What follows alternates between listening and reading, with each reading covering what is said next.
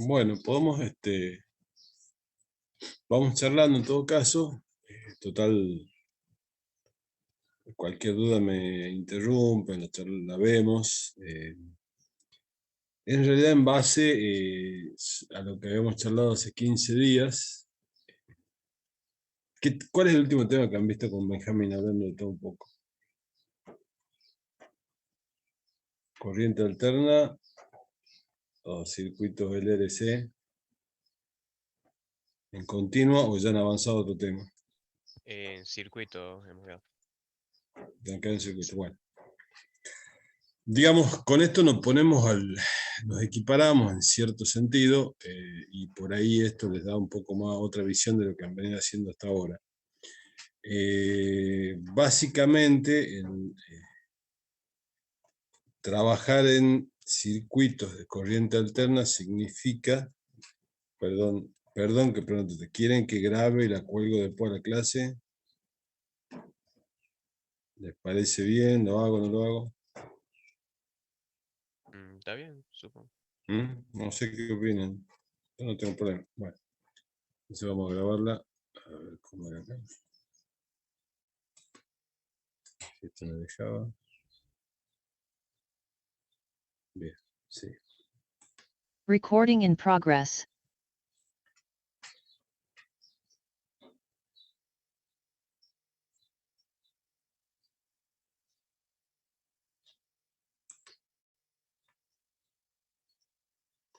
Bueno, entonces, como les decía,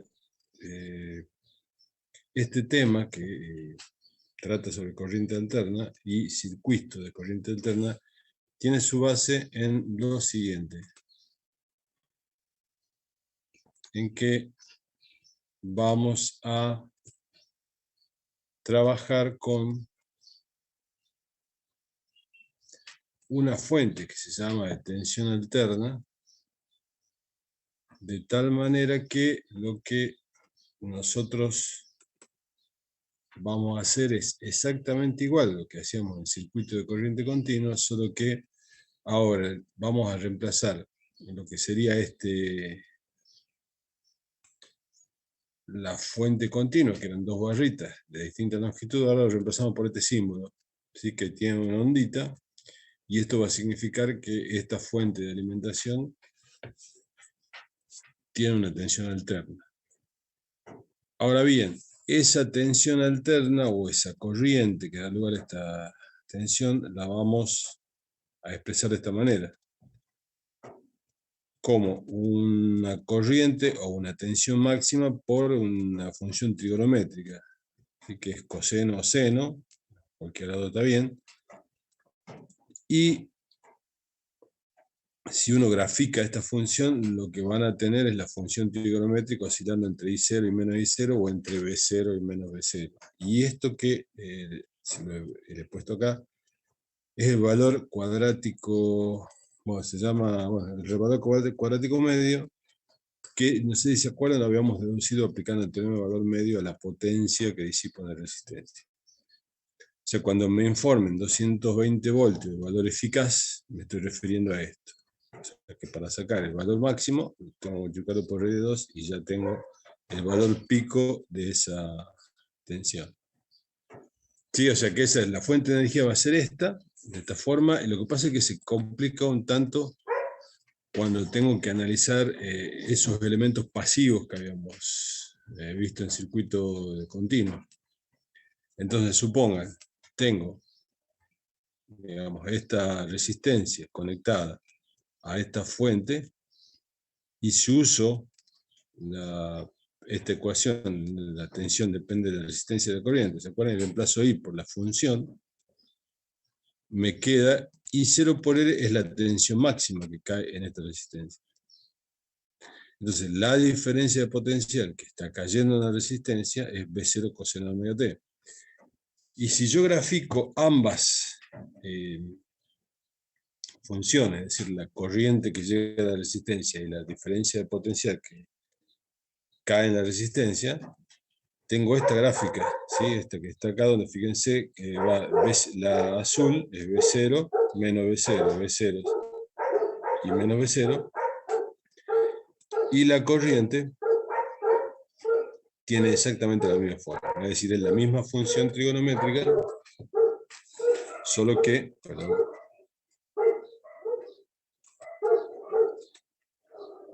esto es lo que soy yo. Estoy yendo para adelante.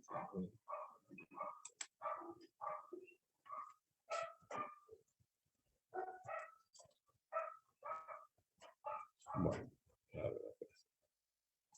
bien, lo que les decía entonces, tanto la diferencia de potencial como la corriente es una función senoidal, cosenoidal en este caso, y fíjense que para calcular la potencia usan las mismas herramientas que en continuo, solo que acá tienen que tener en cuenta que es una función que varía en el tiempo. Esta es la misma que hemos obtenido nosotros, pero fíjense que la potencia promedio la puedo calcular con el valor eficaz de I al cuadrado o el valor eficaz de la tensión al cuadrado. Lo que habíamos charlado en la clase anterior respecto a cómo reaccionaban la resistencia, el capacitor y la inductancia, lo vamos a ver de nuevo acá con un poco más de detenimiento y va a aparecer el uso de esos elementos pasivos, en el sentido de que no tienen ninguna acción más que disipar resistencia, disipar potencia, como en el caso de la resistencia. Cambia si, por ejemplo, uso un inductor, y acá fíjense que también, digamos, nosotros habíamos charlado un poco en continuo, pero acá es como vamos a ver más claramente el efecto de este elemento. Si yo uso aquella expresión para la caída de potencial en la bobina, que era menos L de I de T, y uso la segunda regla de Kirchhoff, armo esta ecuación, y como en aquel caso, ahora reemplazo B por,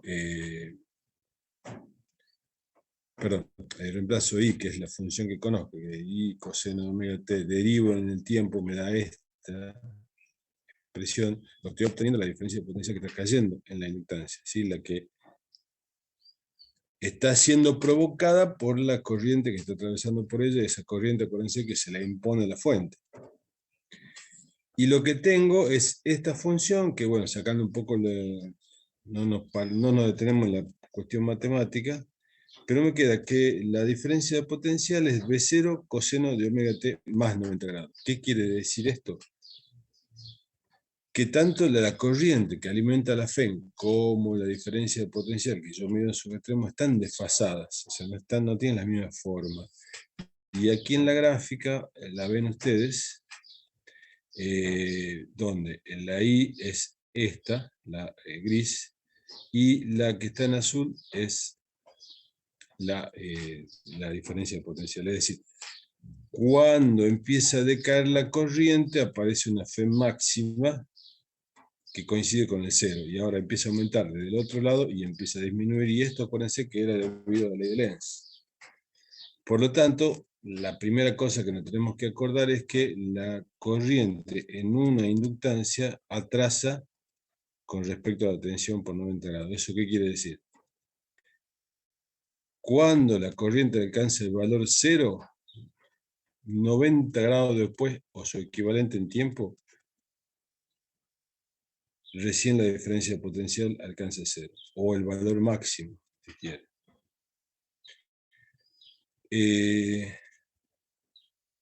Entonces, esos 90 grados son equivalentes a pi radianes, ¿sí? Entonces, acá sería que la corriente atrasa con respecto a la tensión, o la tensión adelanta con respecto a la corriente. Esto quiere decir que lo que hace la inductancia cuando es alimentada por la corriente, genera una diferencia de potencial que, obedeciendo a la ley de Lenz,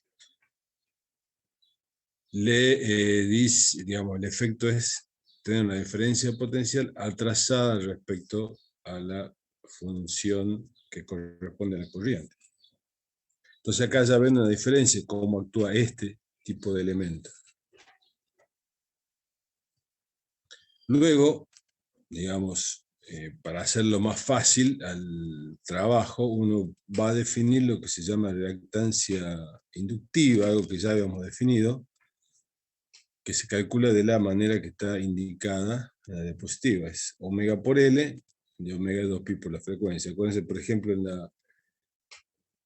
la corriente domiciliaria tiene una frecuencia de 50 Hz, o sea, multiplicando por 2pi y por el valor de la inductancia, uno puede tener lo que es la reactancia capacitiva, que se mide en ohmios y es como si, digamos, hay una...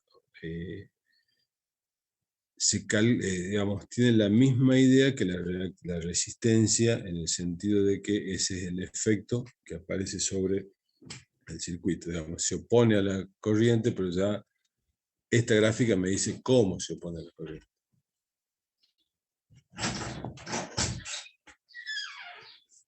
Ahora, aguánteme 2 segundos.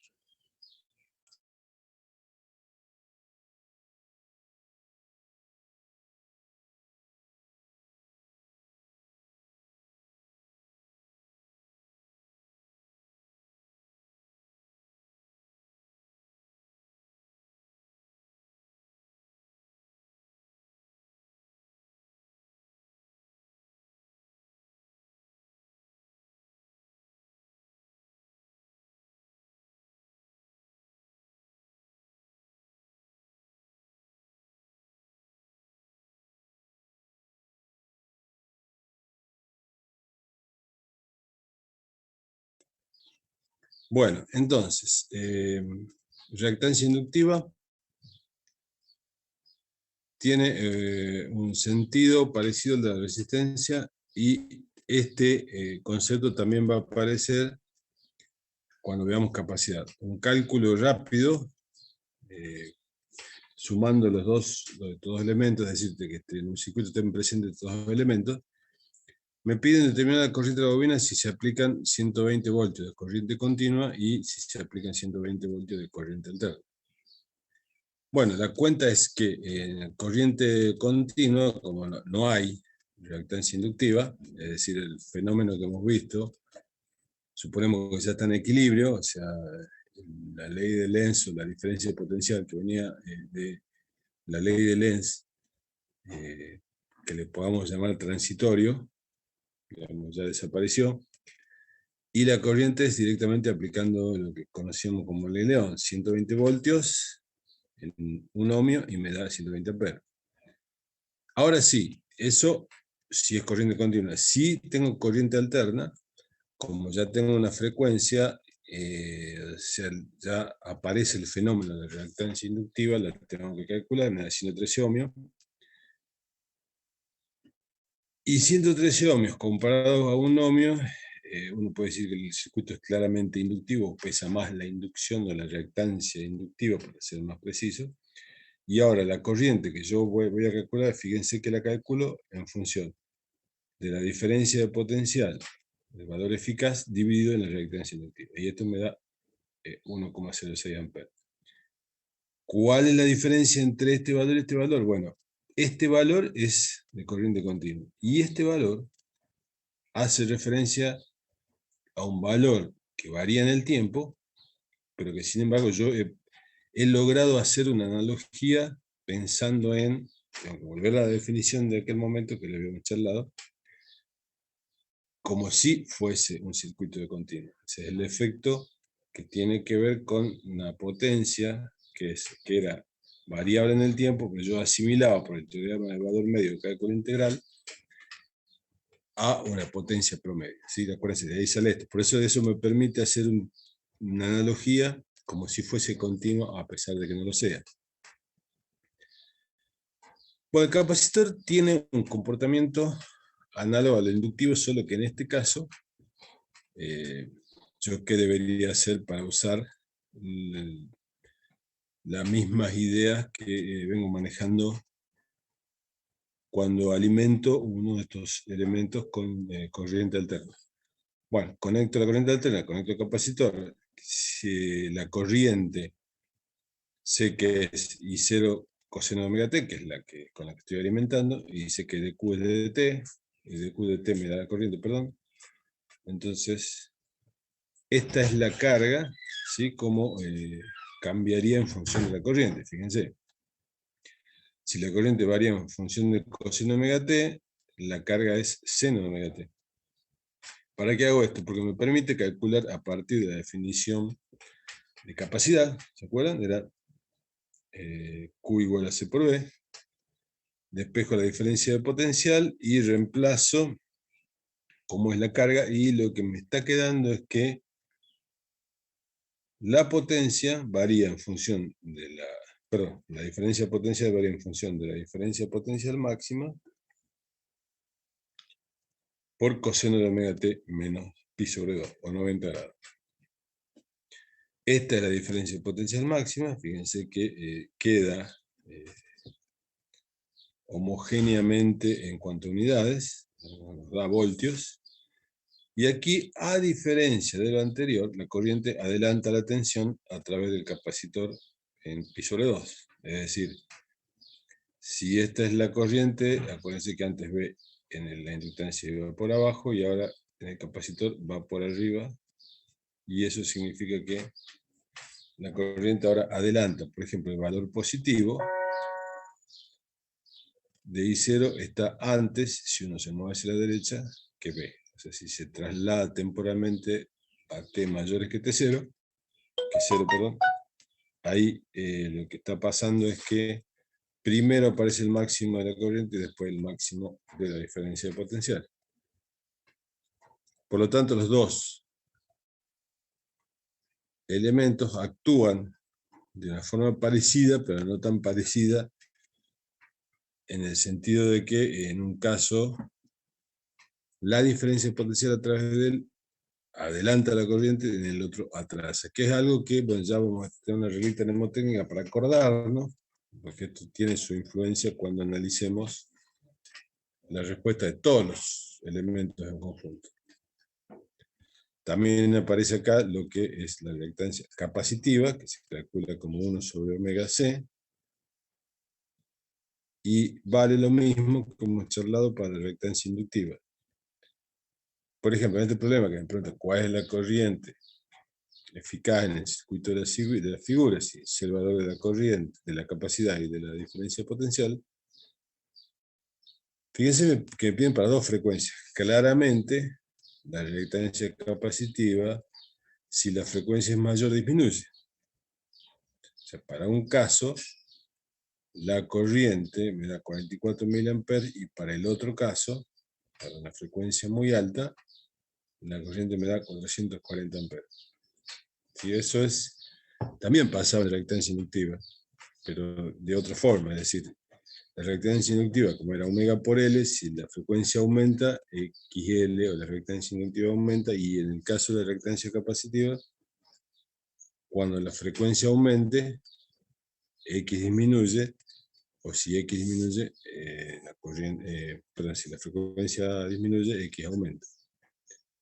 Y esto es lo que les decía, cuando pongo en juego todos los elementos, el circuito puede ser capacitivo, puede ser inductivo, puede ser igual, porque las capacidades, las reactancias, perdón, capacitivas e inductivas son iguales, por lo tanto no, a pesar de que tienen esos elementos, las reactancias se compensan, o sea, los fenómenos se compensan, por lo tanto me queda solo resistivo. Ese es un poco el trabajo que van a ir teniendo los problemas. Bueno, entonces, presentado está, los tres en series, puede ser en paralelo, pero no importa, no lo vamos a hacer. Y ahí lo que tengo que reemplazar ahora es todo lo que he trabajado antes. Solo que, a ver, ¿qué sería lo esencial? La corriente que circula tiene esta forma, así calculo la caída de potencial en la resistencia, la caída de potencial en la inductancia y la caída de potencial en la capacidad. El análisis no es sencillo, ahora, porque si me voy a las funciones trigonométricas, tengo que usar propiedades para ir encontrando una ecuación final que me exprese lo mismo que me había expresado antes. O sea, lo de reactancia capacitiva, reactancia inductiva, cómo influye acá. Bueno, hay una forma un poco más sencilla y gráfica de verla. Supongan ustedes que tengo un vector que equivale a I0, es decir, es la amplitud de la corriente. Y por el otro lado, como esto sí lo puedo calcular, esto es la diferencia de potencial en la inductancia, lo puedo dibujar como un vector también, calculado a partir de I0 por XL, pero aquí tengo que acordarme que la tensión adelantaba la corriente en el caso de la inductancia, por lo tanto tengo que dibujarla a 90 grados, o sea, 90 grados en sentido antihorario. Y en el caso de la capacidad, como ahora la diferencia de potencial atrasa, tengo que dibujarlo para abajo. Y acá voy a tener en colineal con I0 la caída de potencial en la resistencia.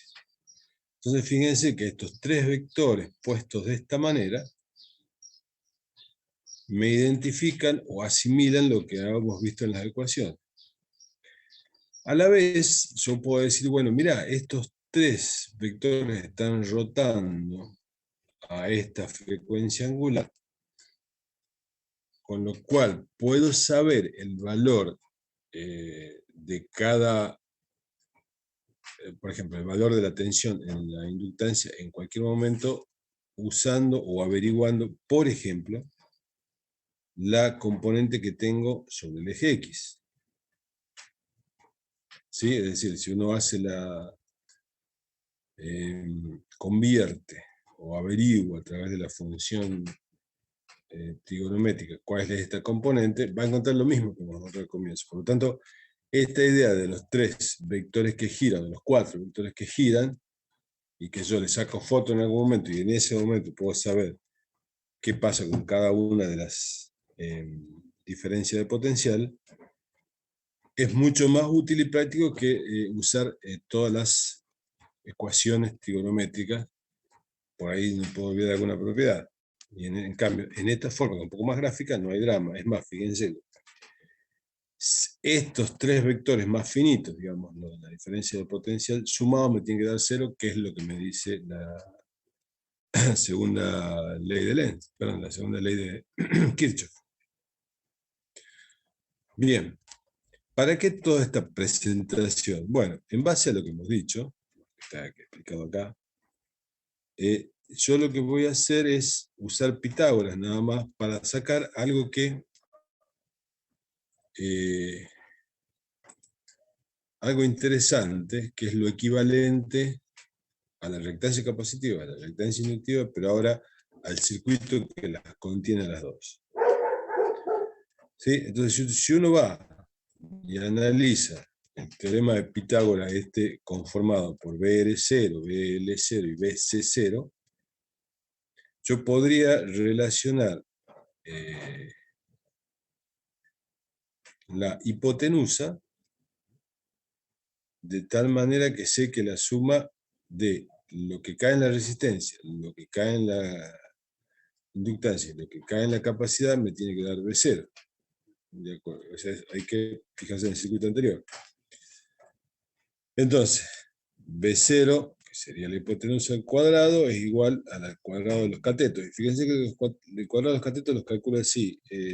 B R0, o sea, este es un cateto, al cuadrado más, y aquí voy a hacer lo siguiente, este vector menos este vector, o este fasor menos este fasor, que se llama así realmente, al cuadrado, la suma de esos cuadrados, raíz y es B0. ¿Por qué hago todo esto?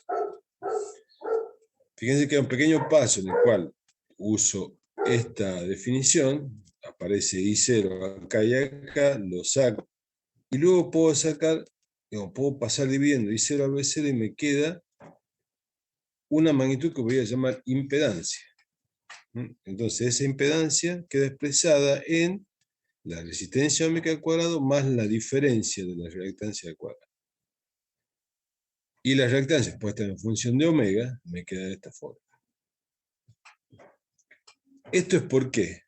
Porque ahora sí, y esta es, si se quiere, la conclusión de este tema, porque no hay, para ustedes, para los que estudian, la importancia es analizar qué pasa con estos elementos y para dónde tiende cada tipo de estos circuitos, que queda claramente dependiente de la frecuencia. Y si omega es muy alto, prevalece este sobre este.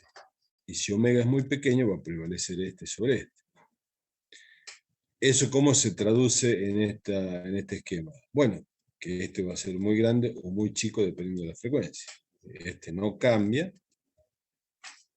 Y así uno puede definir si el circuito tiende a ser inductivo o tiende a ser capacitivo, o se comporta como si fuese inductivo o como si fuese capacitivo. Eso lo vamos a saber calculando y acordándonos del triángulo equilátero y acordándonos cuáles son los catetos. Si hago cateto opuesto sobre cateto adyacente, me queda esta relación, tangente de phi, es xl menos xc, y ahí, digamos, uno puede, de cómo nos dé el ángulo, si es positivo, si es negativo, que va a depender de esto, decir si es inductivo o es capacitivo. Ese ángulo phi se conoce como factor potencia. Y me indica cuál es el consumo de energía a través de ese circuito. Entonces, y eficaz por coseno de phi. O sea, claramente esto tiene que ver con el consumo de energía.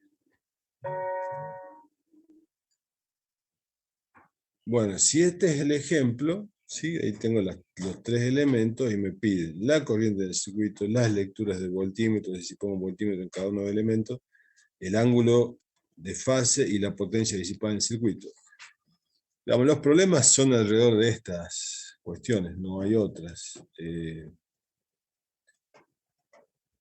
Entonces, solo lo que hay que hacer es usar cada una de las ecuaciones. Por ejemplo, para calcular la corriente del circuito, lo que tendría que hacer en principio es calcular la impedancia, digamos, y después dividir la diferencia de potencial del valor eficaz en esa impedancia y me da la corriente. ¿Sí? Entonces, calculo XL, 2pi por F por L, calculo XC, y a partir de eso calculo Z. Y luego, como si fuese un circuito de continua, como ya tengo la impedancia, diferencia de potencial eficaz sobre la impedancia. Y me da el valor de 1,25 amperes. Si quiero calcular la tensión en valor eficaz a través de cada uno de ellos, uso la ecuación que nos planteó al comienzo. Corriente eficaz por R, corriente eficaz por reactancia inductiva, corriente eficaz por reactancia capacitiva, y me da esos valores. ¿Sí? Acuérdense de los vectores o fasores que hemos visto, porque no puedo operar, si bien esto es el valor eficaz, no lo puedo operar algebraicamente. Acuérdense que esos eran catetos opuestos adyacentes de un triángulo equilátero. O sea que estos valores que estoy calculando tengo que llevarlos al gráfico que he hecho antes para poder averiguar, o sea, si los sumo me tiene que dar el B0. O sea, sumo vectorialmente.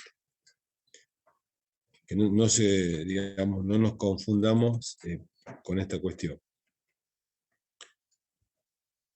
Luego el ángulo de fase lo calculamos con alguna de las funciones trigonométricas. En este caso usamos el coseno, puedo tomar R como cateto adyacente, y me da el ángulo de fase. Y por último, la potencia que disipa el circuito, usando I eficaz, B eficaz, coseno del ángulo, o sea, 0,346, que es el valor del coseno del ángulo que he calculado recién.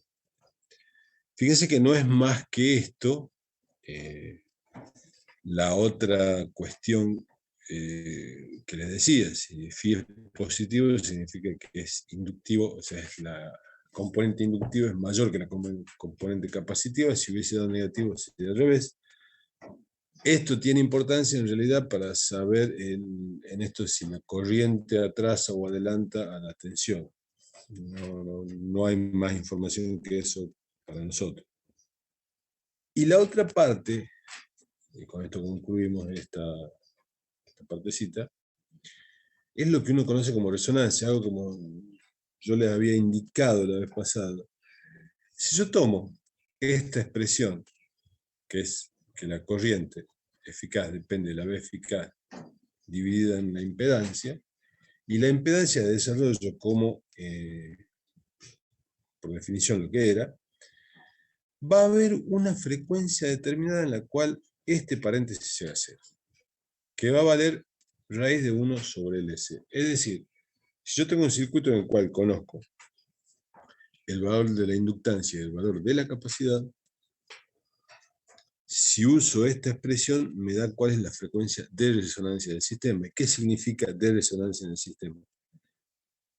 Puedo hacer los cálculos, pero les digo, si uno quiere encontrar la potencia máxima disipada por el circuito en función de la frecuencia de la corriente con la que la estoy alimentando, la máxima transferencia de energía se da en esta frecuencia. ¿Por qué? Porque los efectos capacitivos e inductivos se anulan. Entonces, puedo tener la máxima potencia en ese momento, es decir, con esa frecuencia. Si tengo otra distinta, bueno, ya empieza a jugar la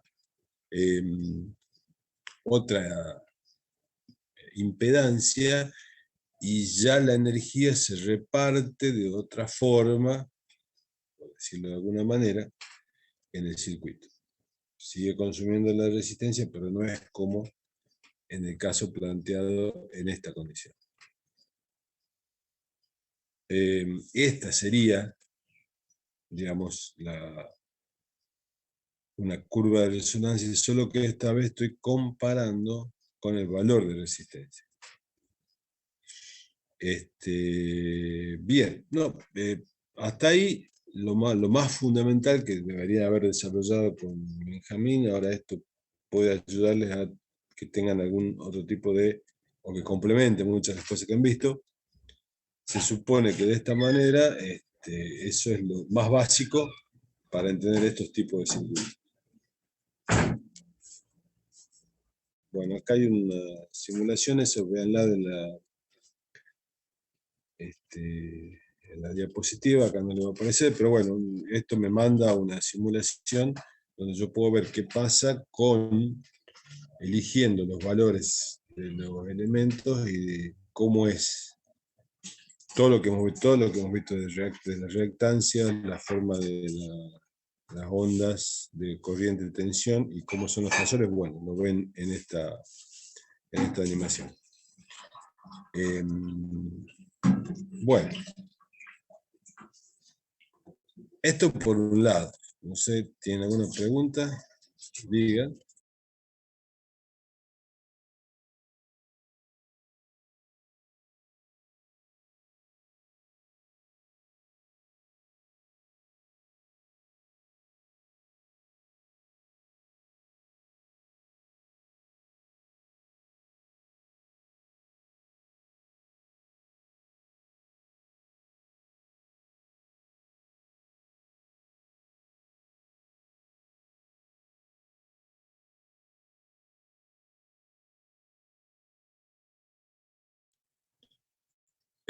Bueno, si no hay dudas, en todo caso vuelvan a pegarle una leída nuevamente a las diapositivas. Sí recomiendo que vean este circuito, les va a servir. Vamos a apagar entonces esta parte.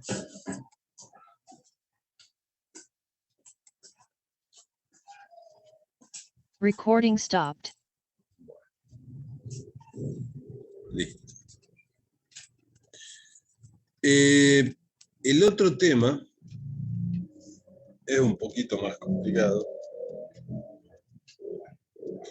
pero digamos, no lo vamos a hacer muy difícil. el aprender en otro tema. Yo solo les puedo adelantar, en principio, a ver, ya no me voy a acomodar, que es muy parecido a lo que se ha visto como campo eléctrico y cómo las propiedades de campo eléctrico dependían del material donde trataba de sostenerse ese campo eléctrico, ¿no? Esto se llama, a ver, cambiamos, ponemos bien. Esto se va a llamar propiedades magnéticas de la materia, tiene que ver con un análogo a las propiedades eléctricas de la materia. Y lo único que necesito que vean ustedes es conceptualmente qué significa en las siguientes propiedades magnéticas de la materia, cómo los materiales se comportan frente al campo magnético. Pues hacemos un rápido recorrido y se los dejo para que lo repase. No es fundamental para el parcial, quizás sí para el final, pero bueno, para eso tendrán tiempo. Lo básico es que cada vez que hemos charlado de campos magnéticos, la suposición inicial era que estaban en el vacío. Sin embargo, la mayoría de elementos que usan campos magnéticos necesitan o que la densidad de línea sea muy alta o que no llegue nada, ¿sí? Entonces se usan distintos tipos de materiales para lograr esta cuestión. Entonces, en función de que acepten más o menos, mucho o poco, las líneas de campo, los materiales se dividen en paramagnético, diamagnético y ferromagnético. Veamos un poquito qué significa cada uno de ellos. Partiendo de lo siguiente, este concepto le va a ser importante para definir algunas cuestiones. Se llama magnetón de Bohr digamos, lo más... uno se puede imaginar el átomo como compuesto por un electrón que está girando alrededor del protón. Y eso, por lo que ya hemos visto, antes puede ser equiparado a una corriente que circula a través de una espira, ¿no? Que circula por una espira. Entonces produce un campo magnético propio. Entonces, a esto quiere decir, siguiendo esa idea, de que el átomo tiene un momento magnético.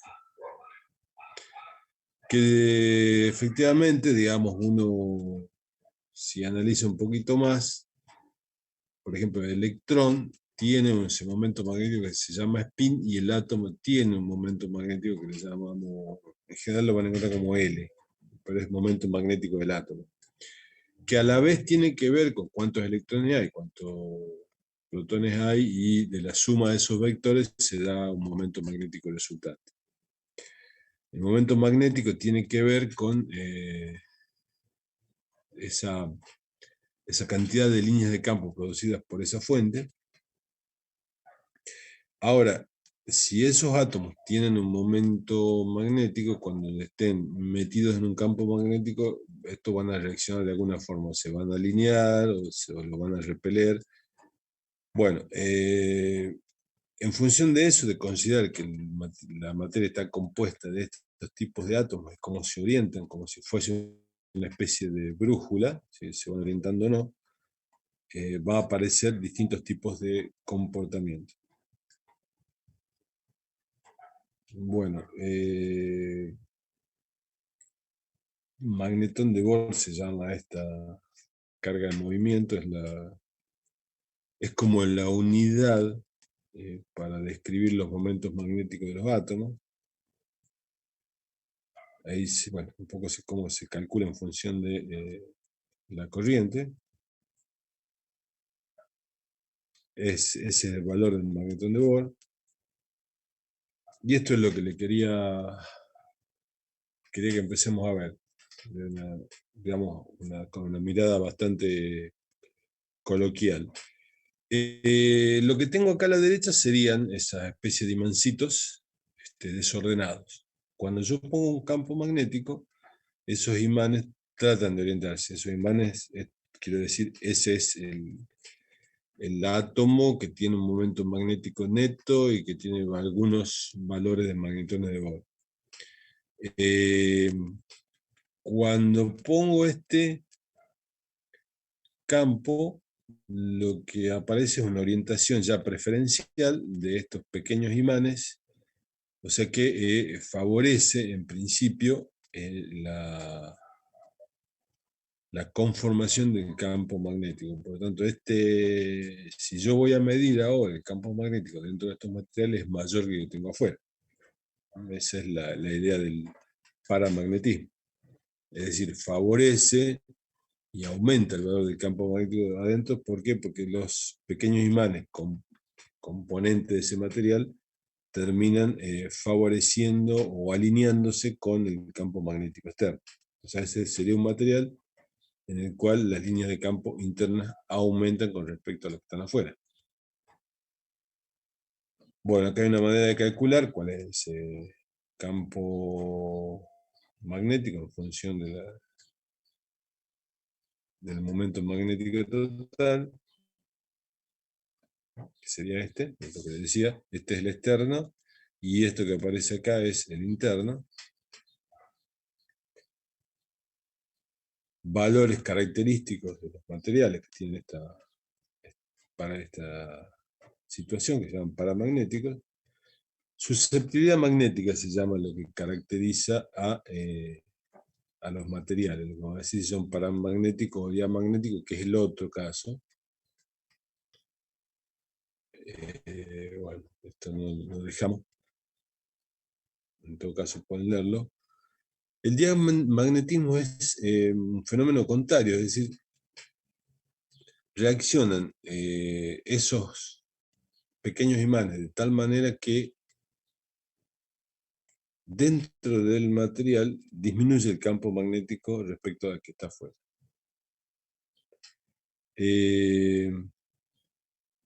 Tiene una explicación, digamos, más física de materiales, pero, digamos, fenomenológicamente esto es lo que pasa. ¿Sí? Acá está la comparación, lo que les decía, en el caso del paramagnético y el ferromagnético, que vamos a ver después, que es mucho más intenso que el paramagnético. La idea es que este favorece las líneas de campo de tal manera que dentro es mayor, y el diamagnético es al revés, tiene un comportamiento contrario. Su campo magnético interno disminuye. Bueno, el ferromagnetismo, su utilidad es aumentar varios órdenes de magnitud la capacidad de que las líneas de campo atraviesen con él. Tiene una teoría un poquito compleja que se llama dominios magnéticos.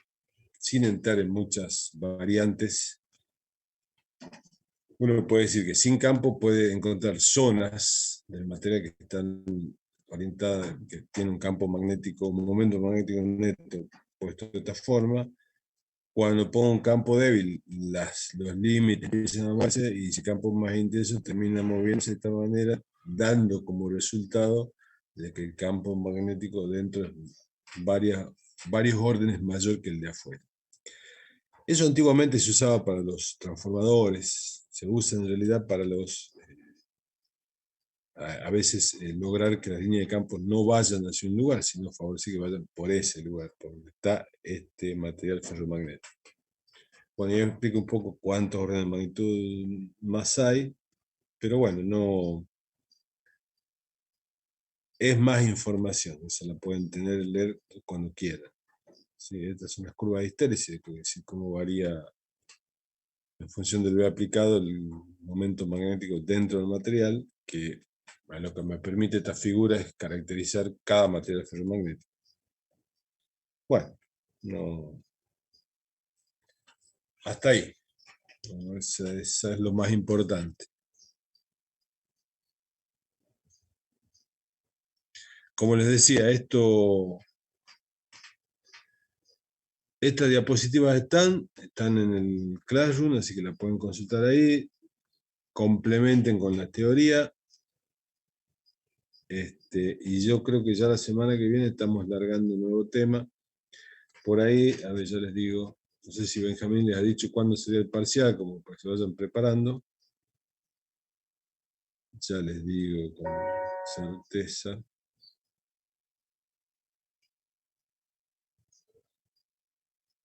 ¿Les ha dicho Benjamín la fecha del parcial? No, profe. ¿No? ¿Sí? No dejo. Yo no. ¿No? Ah, ok.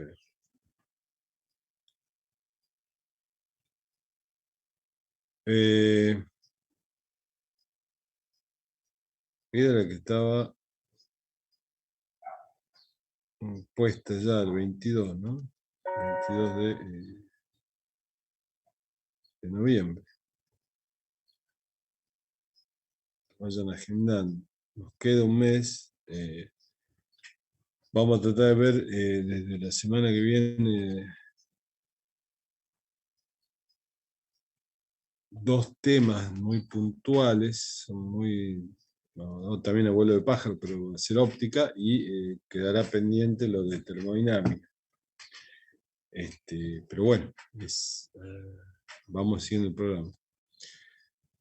Yo lo que no sé, no sé si la situación se va a arreglar, no sé si la situación de los docentes universitarios se va a arreglar, así que vamos a tratar de no perder más días de clase, cosa que ustedes pueden llegar con la información esta al parcial. Bueno, por mí hasta ahí, digamos, quería acercarles estas reflexiones más que clases, porque quería saber cómo andaba. No sé si no tienen preguntas, ya era lo que tenía que decirles.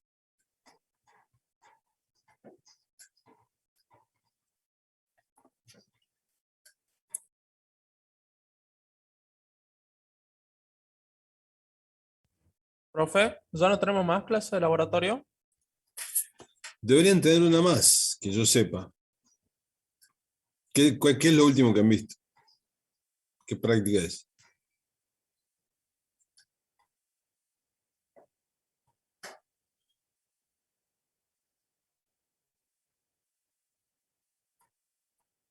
El profe del laboratorio subió en el Teams la fecha, el 21. Tenemos una más. Por eso, 21 de este mes. Sí, por eso, para mí nada más, pero me estoy tratando de ubicar en qué tema, qué han visto en la última práctica del laboratorio, cuál puede haber sido. ¿Circuito? La última que vimos. Si se acuerdan, si no, bueno, no importa. No hay drama. Método de Así, Poggendorf. Es la última que hemos visto. Método de Poggendorf. Fua. Y la próxima Bueno, dice que va a ser capacitores y osciloscopio. bueno, ese está más mejor. Método de Poggendorf. No, es el puente de hilo. Bueno, sí, una más les queda. Ya tenemos que pensar en cerrar el año. Vayan viendo el aula virtual, hagan los evaluativos, avisen si hay algún problema. Ya lo tuvimos resuelto uno que me avisa que estaba mal. Chequen todas esas cuestiones. Pero bueno, sí, ya en un mes estamos terminando las clases. A ver.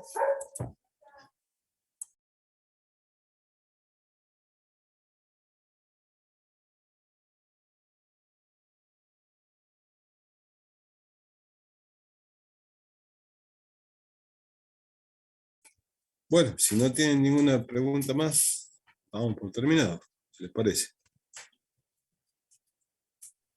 Bien, Profe, Ajá. yo con Sí. lo de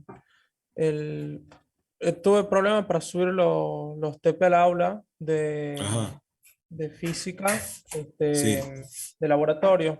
No sabe ajá. a qué hora lo puede encontrar el profesor o en la facultad o dónde lo puedo buscar o el mail para mandarle y ver si lo podemos solucionar. Sí, el mail te lo puedo dar ya mismo. ¿No lo tienen por ahí ustedes? Ya te digo. Lo que pasa es que hace rato que no me comunico con el profe, pero ya te lo busco. Ya te digo bien.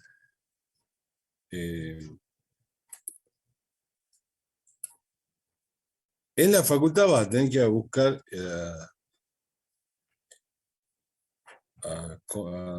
en Bedelía, preguntale. A ver, ya te digo.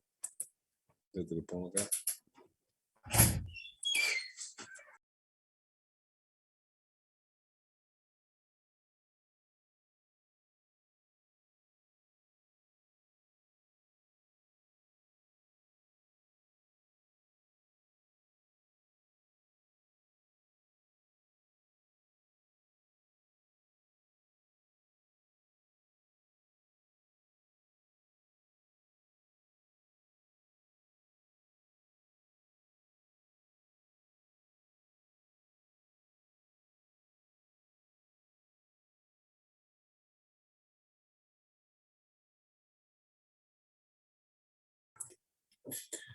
Esa es la dirección de mail en la cual me escribe a mí, que me manda las planillas.